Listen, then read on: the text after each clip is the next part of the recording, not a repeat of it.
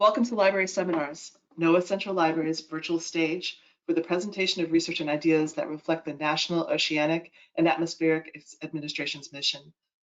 This webinar is part of the Knauss Lunch and Learn series, where each month the 2022 Knauss Fellows have an opportunity to showcase their own research or the projects that they're supporting during their fellowship. Today's presentation, Stranded at Sea, International Seafarers Shipping 90% of Global Trade and Lessons from the Supply Chain Crisis, will be presented by Liang Wu. Elliott Matthews, International Fisheries Policy Fellow at NOAA's Office of Law Enforcement, will introduce Liang. But before I turn this webinar over to the fellows, a few reminders to our live audience. We highly encourage you to ask questions, which the speaker will address at the end of the presentation. So please type them in the chat box as they come to you throughout the seminar. You'll find the questions chat box in the control panel. All audience members are muted and are off camera.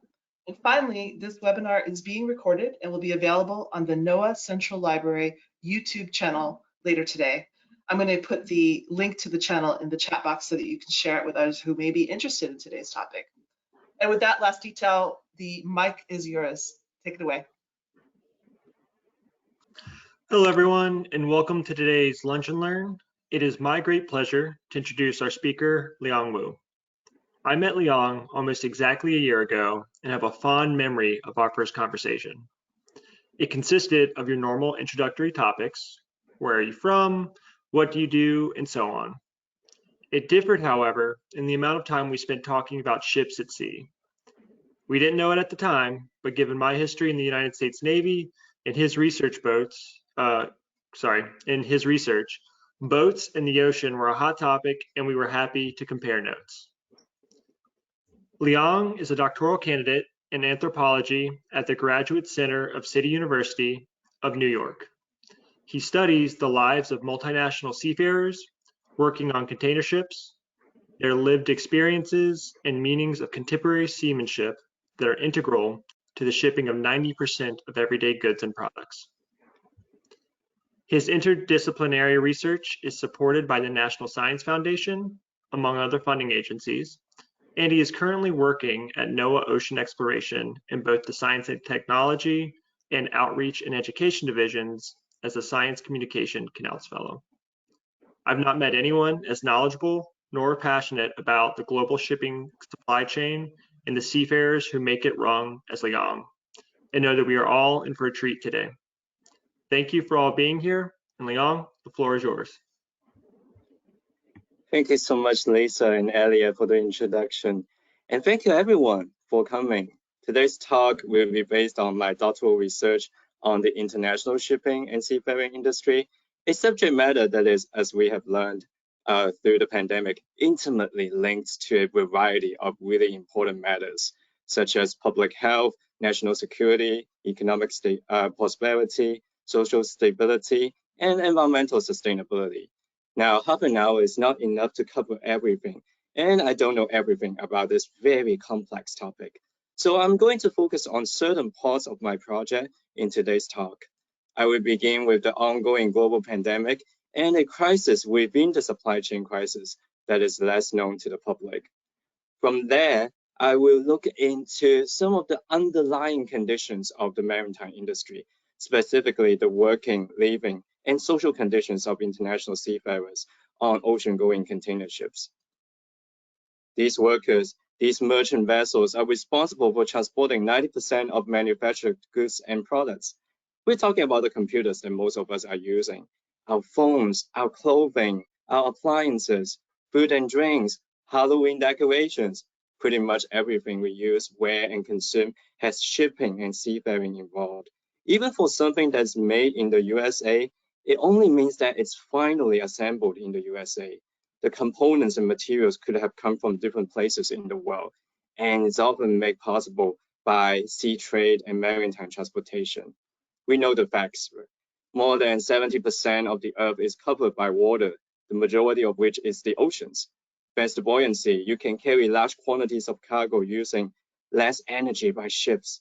As a social scientist, I'm also interested in the developments and dynamics, the impacts of shipping technologies and infrastructures on societies, on communities, including the workers on ships and the everyday operations of logistics on the ground, on the deck.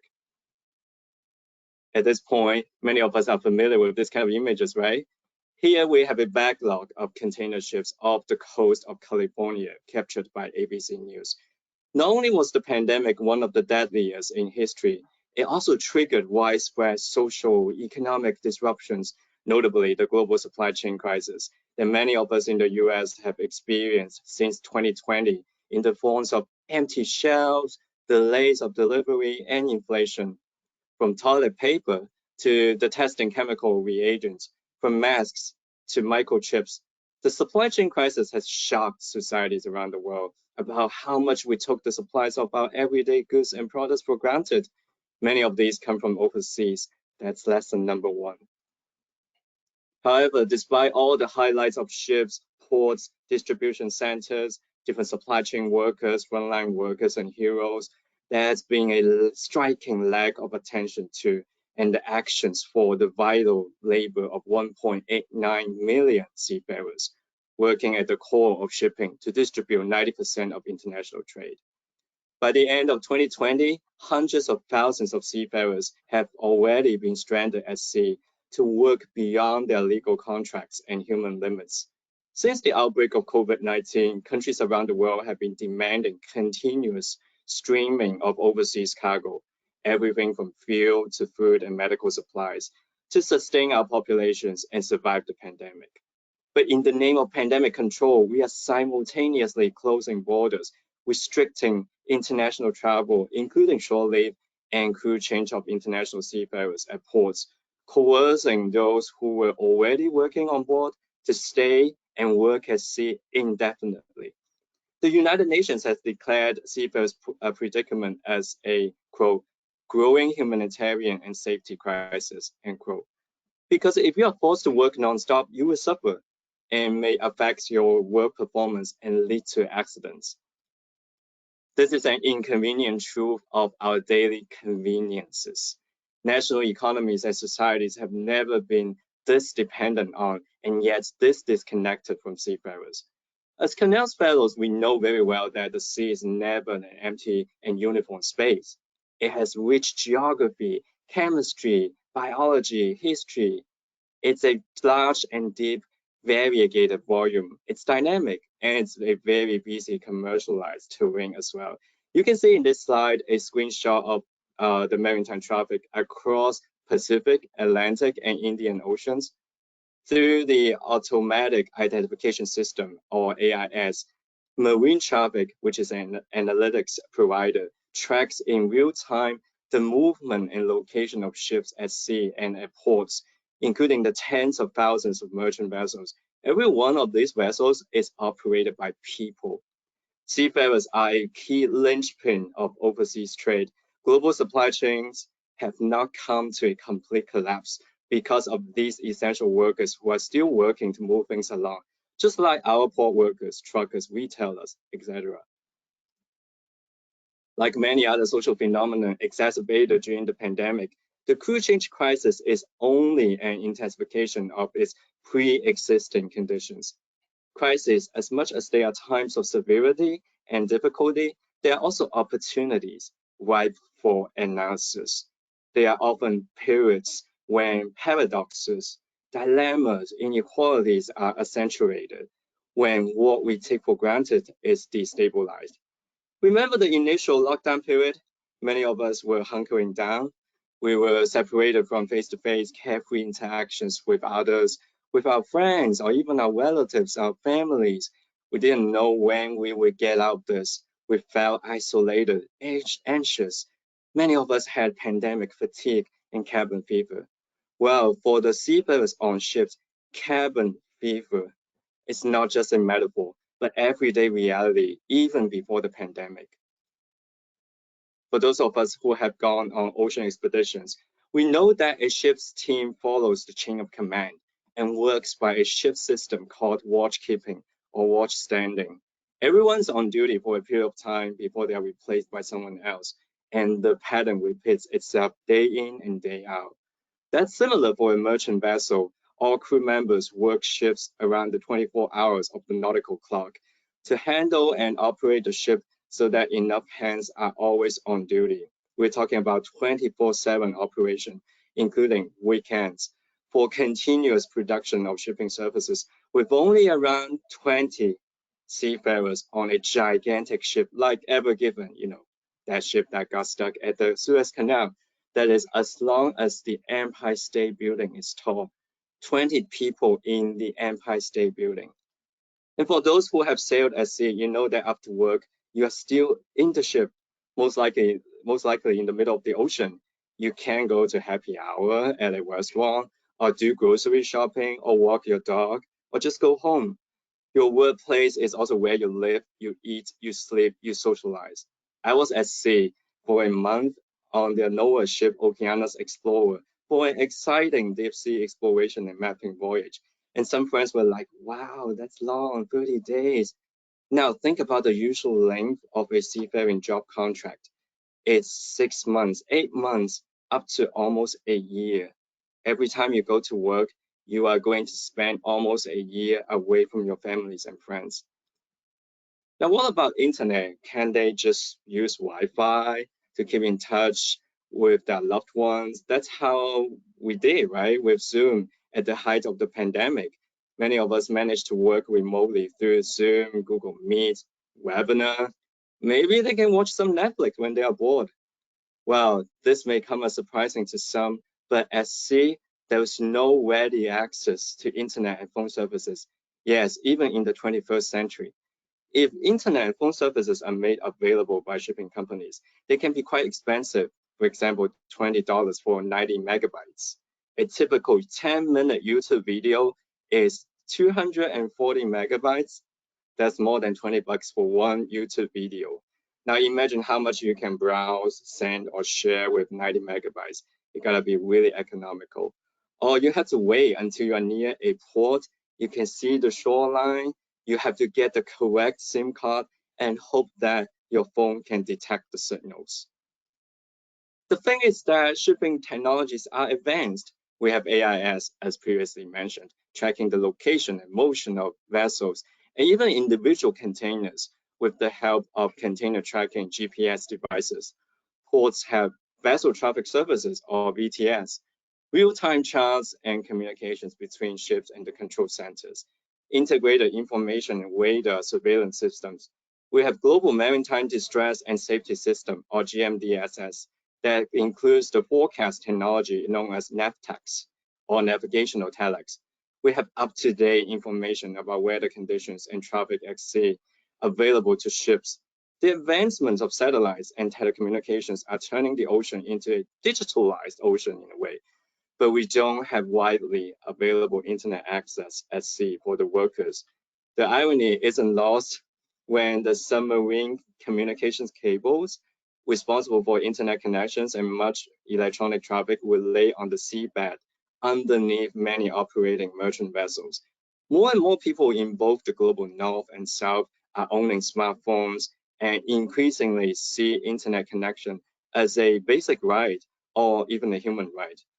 On land, most states or managements are not able to issue a complete ban of internet usage, despite in some cases censorship and restrictions.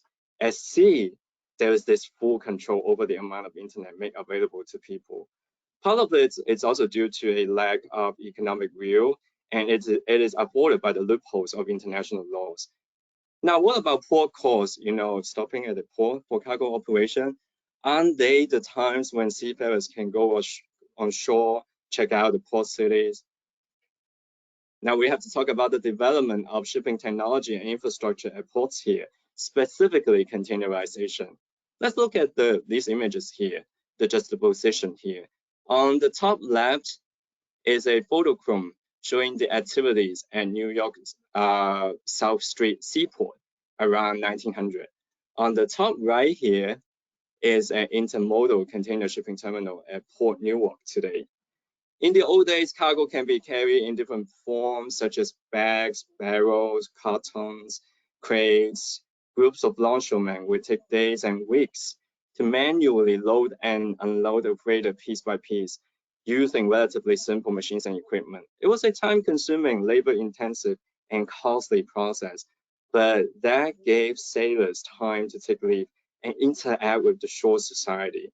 We have sailor towns in major seaports around the world, like Liverpool, San Francisco, and New York. The modern container, on the other hand, really diminishes human contact with cargo.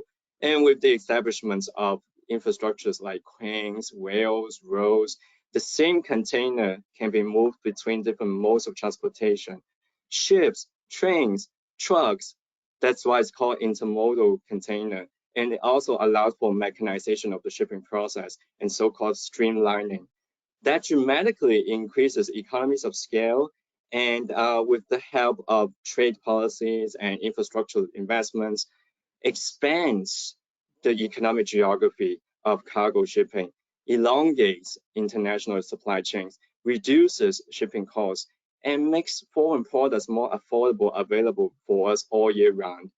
Container shipping also accelerates cargo handling at ports and allows for door-to-door delivery. Now a container ship spends like half a day at a port if there is no maritime traffic jam, of course. So the turnaround times are really quick before the pandemic. And during those hours of port stay, seafarers are usually busy doing port duties like loading, unloading the containers, and doing lots of paperwork. Of course, when there is a maritime traffic jam, the seafarers are usually stuck on board, especially if the ships are in the anchorage area, waiting in line to dock and load and unload cargo. With container shipping, these mega structures of cranes, carriers, gigantic ships, you really need relatively inexpensive waterfront areas and deep harbors to handle container shipping. So a lot of the old ports like the Finger Piers in San Francisco and Manhattan near the urban settlements, they cannot accommodate the needs of container shipping. The location and the nature of many ports around the world have changed during the second half of the 20th century, as shown by the transformation of the portscape of New York here. Port activities are located further away from urban centers. They have moved to, for example, Oakland in the case of San Francisco, and Newark in the case of New York.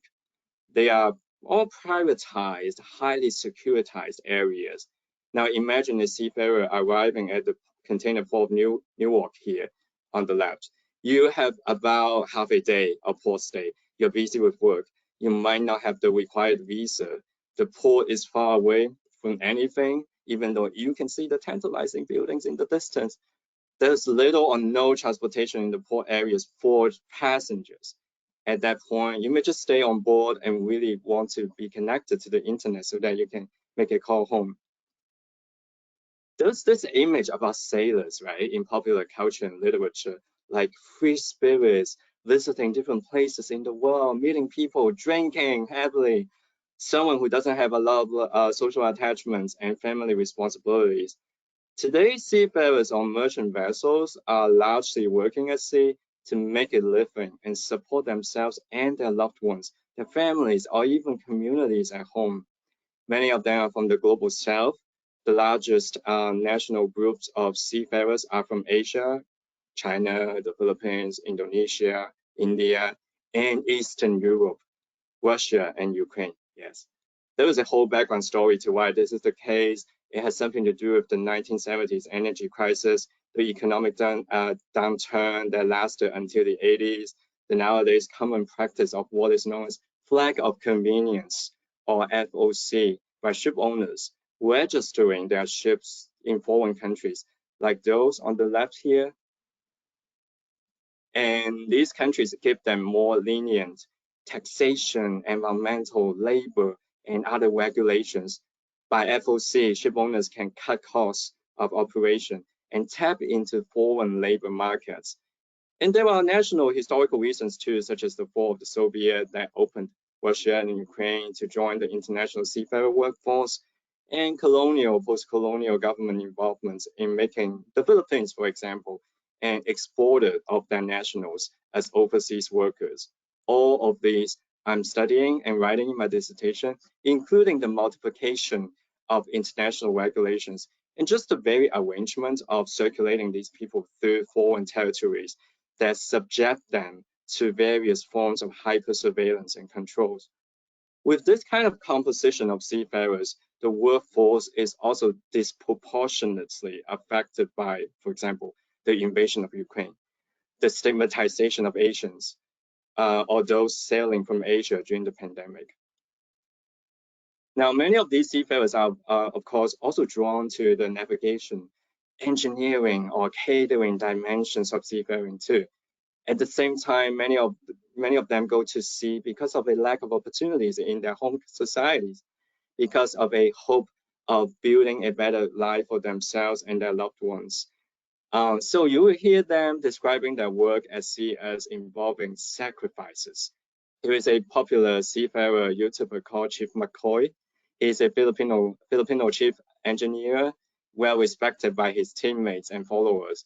In May 2019, after finishing his latest contract and coming on shore, he shared his experience online about being unable to sign off at a port in America because of the fast turnaround and insufficient time for a reliever to fly from the Philippines, which by the way pointed to the fact that the flow of cargoes are predicated on an international choreography of seafarers, ship agents, immigrations, flights, connecting transportation, etc. Chief McCoy had to spend his 40th birthday on board the ship away from his family, and here's a reflection quote from him. If you choose this career path, you won't be able to be physically present with your loved ones in many, many occasions. You won't be with your family during birthdays, holidays like Christmas and New Year, anniversaries, graduation. My two kids, they were actually born when I was working on board a ship. So definitely I missed the first day they walked, their first word, and basically almost first everything.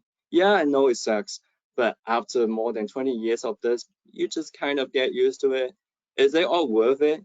If you ask me, my answer would be a definite yes. Having been able to give my family a good life for me outweighs all sacrifices.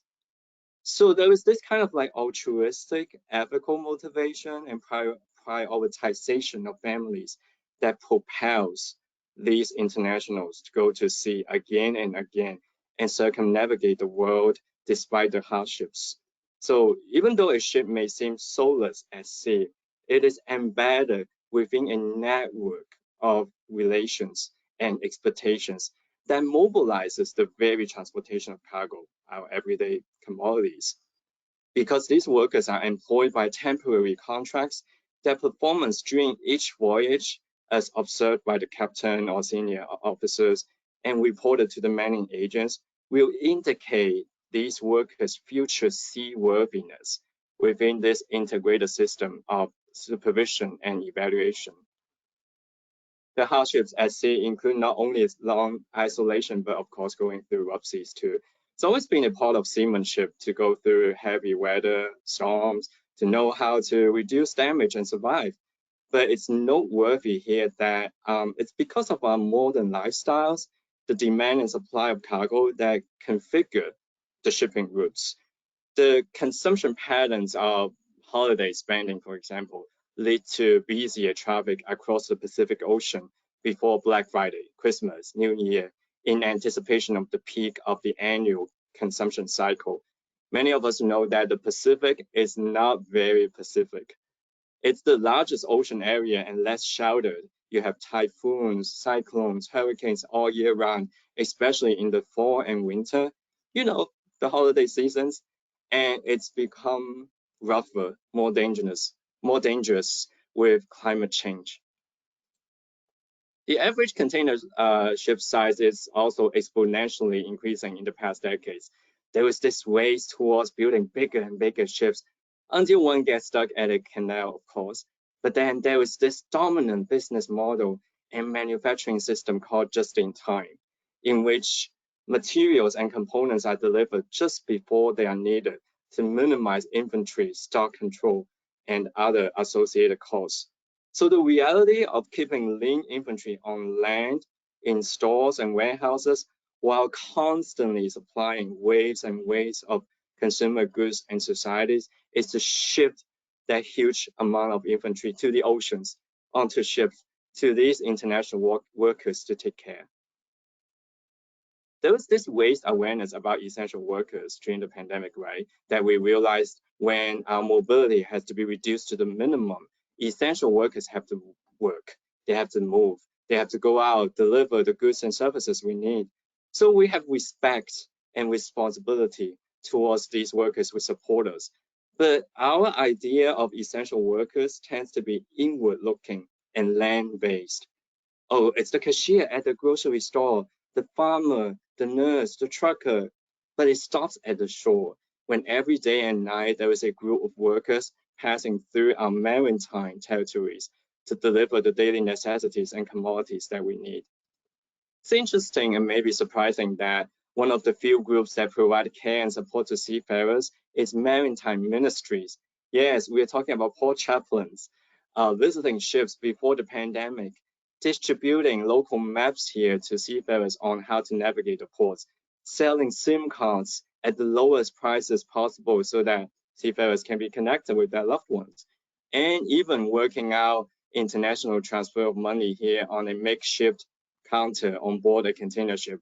Yeah, the seafarer trusted the port chaplain with his hard-earned money. And during the pandemic, these port chaplains and maritime ministries, with their limited resources, are facilitating the vaccination of seafarers and delivering groceries, packages at the gangway.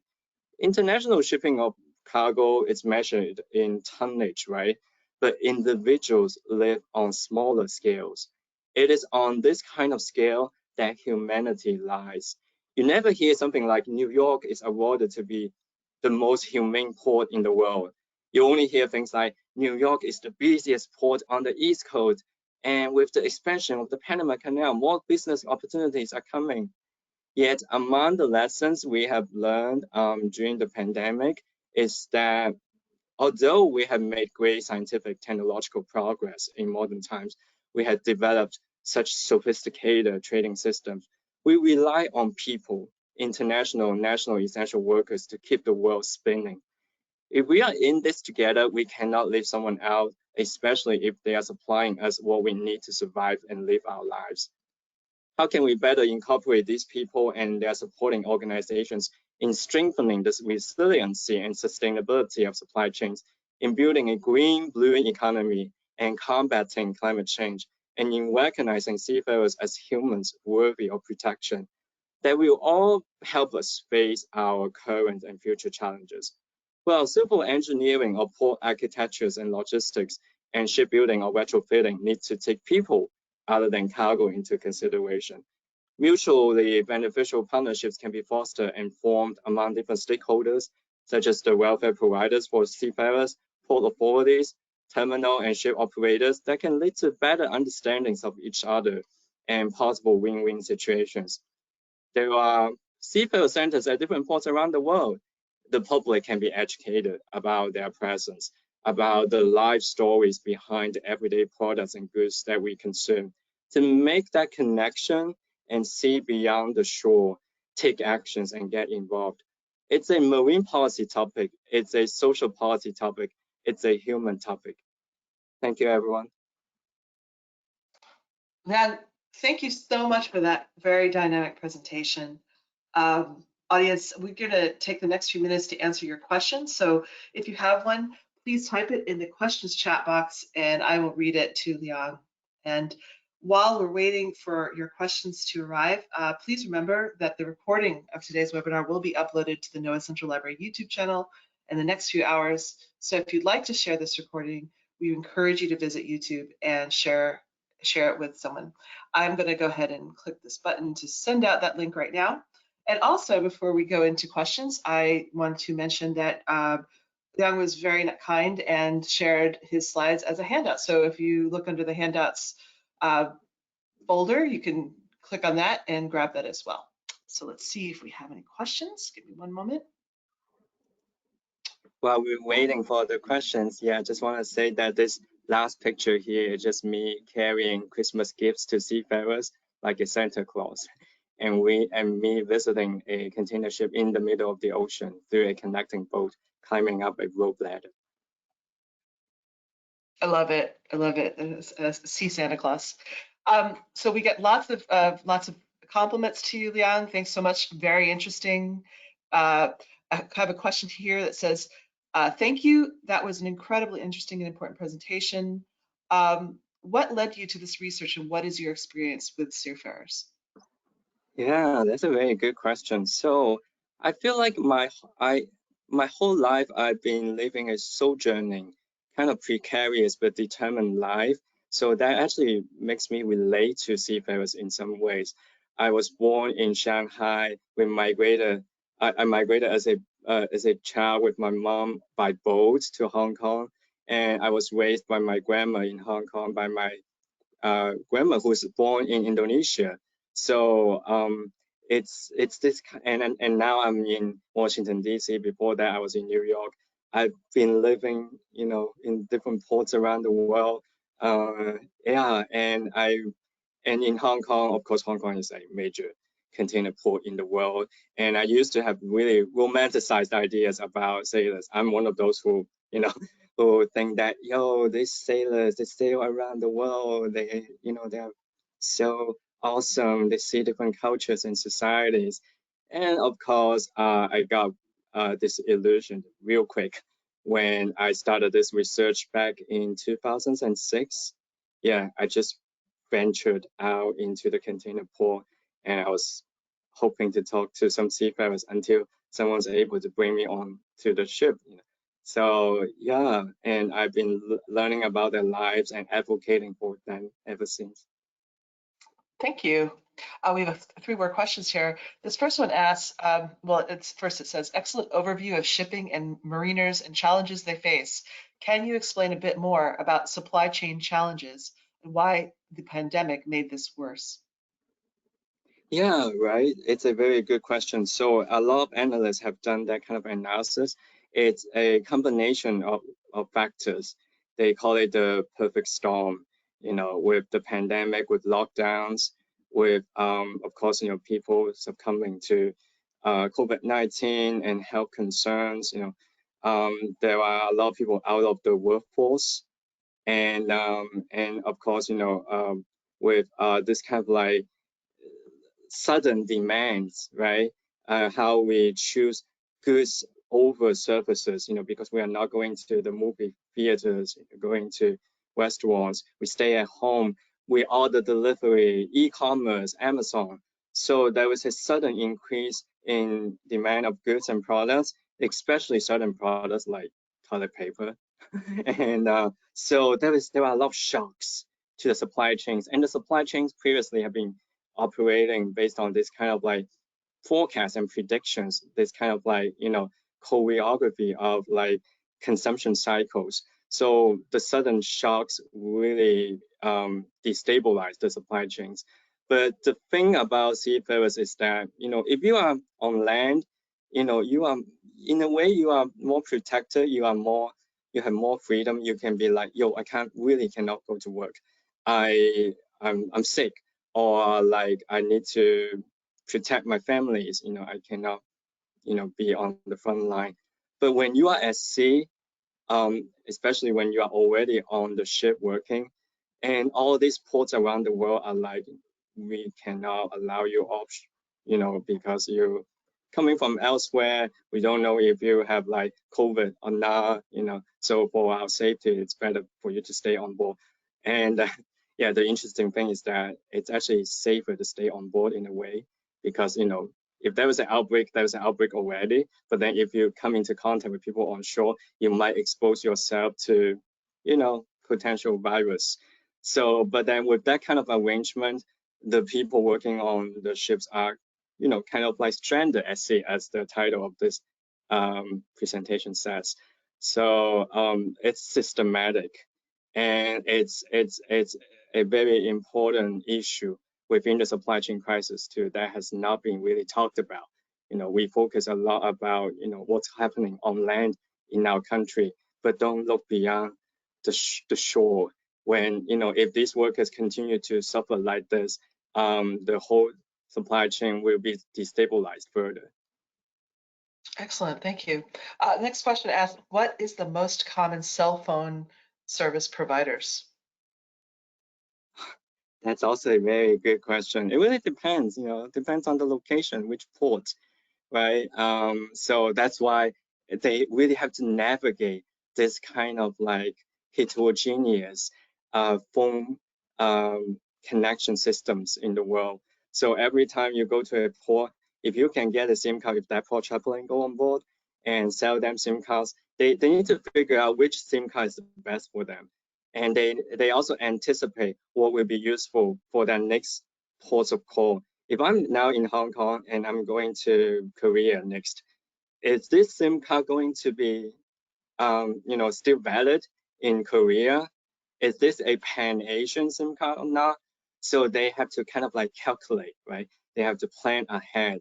And sometimes it's more worth it to buy an international SIM card, that allows you to have phone services at different ports around the world, because they may be going to other regions of the world, or they may not know very sure, the next 5 ports of call. A lot of the ships, the seafarers are not the ones controlling where they go. So they are not like, yo, let's go to Thailand, and then tomorrow let's go to San Francisco. And their navigation, the shipping routes are very much, determined by the demand and supply of the market, and the shipping companies, the charterers, a lot of like other factors other than themselves. So they are the drivers in a way, and they have to follow those orders. So they do their best with what they can at different ports around the world. But that's if they can get a SIM card. What if that port chaplain didn't visit them? Then yeah, cannot be connected with the family. So isolated. This next question asks, is piracy still a concern with commercial shipping? Yes, it is. It is, and it's kind of like shifting terrain over the years, of course. At one point, Somali piracy is, a very serious concern. Now it's more, correct me if I'm wrong, I think it's more in the Southeast Asian regions and some other parts of the world.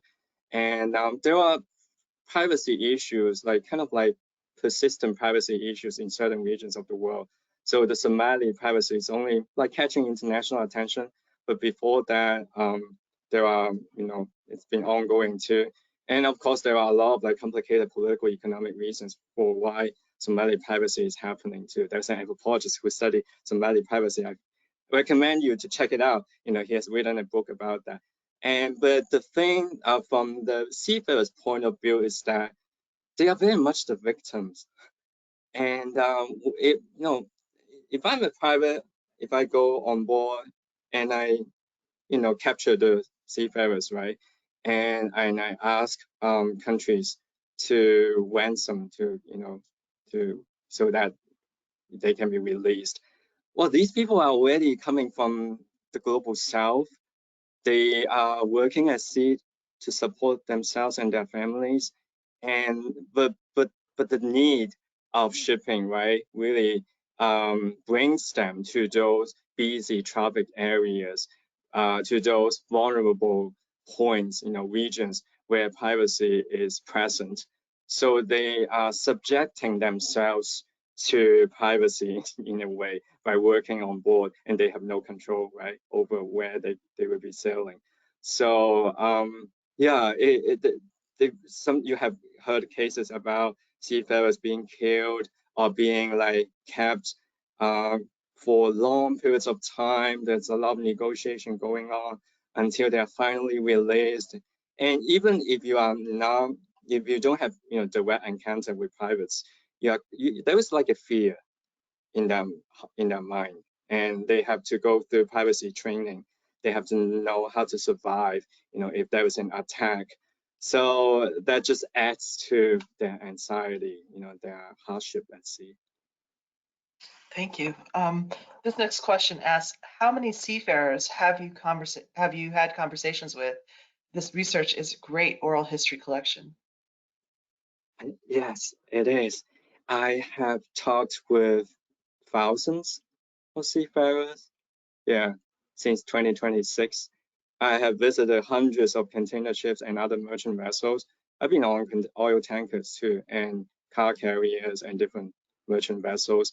yeah, I have talked to, interacted, met with thousands of seafarers of different nationalities, different job ranks, different ages, so different backgrounds. The thing about me visiting ship is that it is the reality that, as I mentioned before, right, port stay is about half a day. So they are already very busy with port duties and stuff. And then you coming on board, they actually very much welcome you, because I'm like a visitor who really cares about them. And I go with the port chaplain and some other welfare agencies. So then they are kind of like anticipating us. They know that we are coming, and they really welcome us. They want to talk with us. They haven't met people outside of their crew for a long time sometimes, and they are very willing to share. And it's also because of this kind of like temporary, ephemeral encounter that, in a way, they are more willing to share. Like I won't meet Liang ever again, very possibly, in the rest of my life. And this is a chance to tell him about my story, to make this invisible industry visible. So many of them are very willing to share, but we are under time constraint. We have like, 15 minutes to maybe chat and eat a meal together in the mess room. And then someone else has to be on duty and someone else is coming in. So there's this flow going on. But I did my best, and I've also been in touch with some seafarers after they finish their contracts. So those seafarers, I've been constantly getting updates from them. I have interviewed them. I am able to create some kind of biographies of them if I want to. So that's a very good idea, oral history. I would totally, look into that. That's great. We have two more questions, and then I'm going to end the webinar. But this next question says, "Thank you so much for that excellent presentation. I appreciated hearing about the many challenges faced by modern seafarers today, especially during the pandemic. You highlighted challenges including lack of connectivity by seafarers online, as well as the lack of equity of access to internet as what is becoming a human right. Do you have a sense of whether low Earth satellites coming online will significantly improve equity to internet and connectivity for seafarers across industry, or whether there are likely to be continued challenges for vessels and companies they support to provide equitable access?" That's again a brilliant question. So the thing about the pandemic is that even a lot of like shipping companies, a lot of like shipping organizations are very sympathetic to the seafarers, and of course, with the workforce being stranded at sea, that will affect shipping efficiency and safety, and it can cause even environmental destruction in the worst case scenario. Yeah, so some companies have already started increasing internet access for the seafarers on board. And they are like, we know that you're trapped on board, and you really want to know what's going on with your families at home and the latest, COVID situation. We will provide you with Wi-Fi. But then the interesting thing is that means Wi-Fi is possible, available before the pandemic. It just, companies haven't been able to provide them. As mentioned in my presentation, it could be due to economic will. It could be due to the loopholes in international laws. So I think technology rise, of course, with the advancement of technology, there will be more affordance for internet access at sea, and that's a good sign. But it has to be mediated through this kind of like system, right? The political economic system. Just because the technologies are available doesn't mean that they are made available to these people on board. So I keep my fingers crossed. Many organizations are advocating for their internet at sea. Shipping companies have also been talking about, especially before the pandemic, that if you have internet, you will be distracted. You will be checking your phone all the time, and that's not good for team building. That's not good for safety, etc. But yeah, it was actually mentioned during an international conference, and someone from the audience was saying that you are confusing the symptom with the cause. The people on board, why do they need this kind of internet so much? You have 20 guys, usually guys, sometimes ladies too, but you have like 20 people on a ship, and you have, they go to sea because of their families, their loved ones, and now they're separated from them for 9 months, 10 months. You don't even give them, that kind of like connection, conversation opportunity. These people are not dumb. They won't be like checking their phones when they're, driving, operating the engine. They only just want to keep in touch.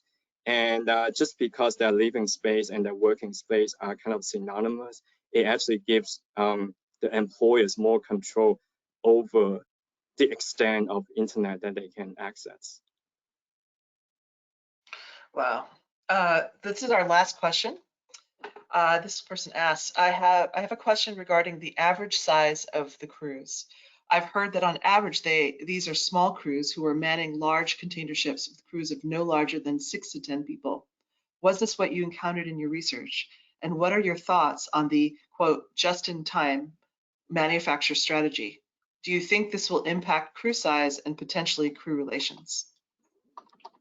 Yeah, those are good questions. And maybe I will just reiterate what I have mentioned in the presentation. So there are, based on my observation, hundreds of merchant vessels I have visited, and the research I've done, it's around 20 seafarers on a gigantic ship, and it's like as big as the Empire State Building, and like the Ever Given ship.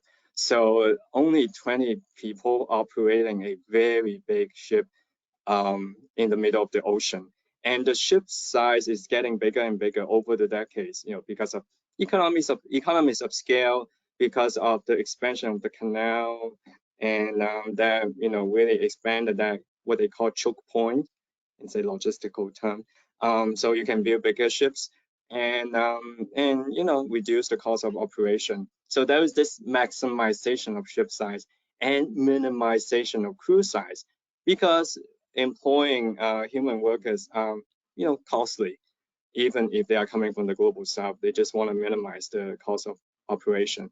So it's already been reduced to a skeleton crew, what we call it, skeleton crew, because that's the minimum size that is possible to operate the ship. And that create all kinds of like ramifications, right? Like the isolation, like the kind of like safety concerns that we mentioned before. And regarding just in time, yes, that's also a very good question. So it is still a dominant like business model, a manufacturing system, shipping system. Materials, components are delivered just before they are needed, right? The goal is to minimize inventory and stock control, because these inventory and stock control can be costly. So you want to minimize what's already been stored on land. You just want to constantly supply ways and ways of cargo to land when they are needed. But that is actually, as I have researched, I have learned, it's shifting all the huge amount of infantry to the ocean, to the ships, to the workers. Like, we know that it's very big now, those ships. All these cargo are on those ships. They are like floating warehouses. So that's how just in time is possible. You are shifting that kind of infantry to the oceans and to these like tens of thousands of merchant vessels traversing the oceans of the world. And that comes at a great cost, as the supply chain crisis has taught us. If you keep that infantry so low on land, when there is a sudden demand for that kind of infantry, you cannot supply, and those ships, gigantic ships are kind of like jamming over the ports, which are also choke points too. So that's the reality because of that kind of like business model too. Excellent. So with that last question, we're going to end this webinar. Thank you to everyone who asked questions, and Liang for your fabulous presentation and answering all those questions. And Elliott, I appreciate that you joined us for the introductions. I wish you both the best at this year at finishing up your fellowships here at NOAA and beyond with your work. Audience, please join us again for a Knauss Lunch and Learn webinar. We host them the third Thursday of every month at 12 p.m. Eastern Standard Time. Enjoy the rest of your day, everybody. Take care. Thank you, everyone. Bye-bye.